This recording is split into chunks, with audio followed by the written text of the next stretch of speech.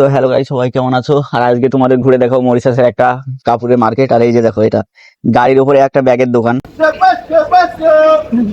আর দোকানের ভিতরটা কিছুটা এরকম, মানে এই যে রাস্তা আর দোকান কোনটা কি বুঝতে পারবে না। ভেতরে ঢুকলে মনে হবে কোথায় চলে এসেছি, কাপড়ের ভেতরে ফ্যাক্টরি আছে কি ফ্যাক্টরির ভেতরে কাপড়, সেটাই বোঝা মুশকিল। এখানে যেখানে যাওয়া চারিদিকে শুধু জামা কাপড় শাড়ি এইসবই ঝুলছি, মাথার উপরে নিচি চারিদিকে। এই যে ভোগে দেখতে পাচ্ছ 1 থেকে 1.5 ফুট রাস্তা আছে, এখান দিয়ে মানুষ আসা যাওয়া করছি। আর এখানে যত মানুষ আছে সবচেয়ে বেশি এখানে ভিড় হয়। মরিশাসের অর্ধেক মানুষ মনে হয় এখানে শিপ মার্কেট করে জামা কাপড় কেনার জন্য।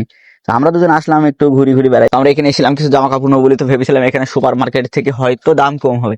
এখানে এসে দেখছি সুপার মার্কেটের চেয়েও এখানে দাম বেশি। আর এই সাইডটায় সবজির বাজার বসে, আর এই সাইডটাতে মানে জামা কাপড়ের দোকান। এই যে দেখতে পাচ্ছ এই সাইডে সবজি, এই সাইডে জামা কাপড়ের দোকান। আমাদের বাজার ঘোরা শেষের দিকে চলে এসেছি আমরা এই মাথায়।